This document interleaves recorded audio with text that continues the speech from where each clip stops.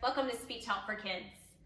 I'm Heather, and today I have a fun language activity that I'm going to show you using Play-Doh while having a picnic.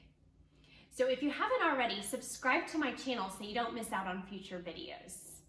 And if you have a comment or a suggestion, leave it down below and I'll try to make a video for you. So stay tuned to see how I use Play-Doh while having a picnic.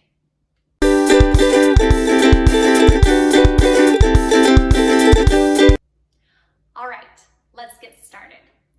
So for this activity, I have my picnic blanket. I have this fun little set that I have a link in the description where you could purchase your picnic Play-Doh set. I have a fork and a knife. I have a plate that I'm using. I've got a napkin. I've got a cup. And I've got my picnic basket. So any extras that you want to throw in there to be able to use more language while working with this activity, the better. So if you pretend that you're having a picnic with your little one, there are different activities that you can do. So you could do making choices. So do you want half a sandwich or do you want a whole sandwich? Do you want cheese or no cheese? And then this one comes with a cute little ham. So you could ask, which one do you want? Do you want a strawberry or bananas? So there's cute little fruit that it comes with, the little molds.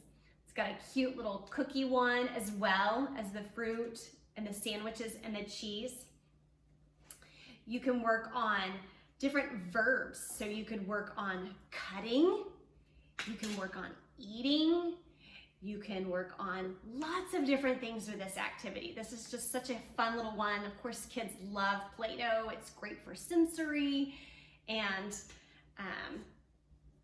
there's so many different things that we could do with this one. So working on following directions. Hand me the strawberry. So then they have to hand you the strawberry. So put the strawberry back on the plate. So different activities that you can do with this cute little Play-Doh picnic set.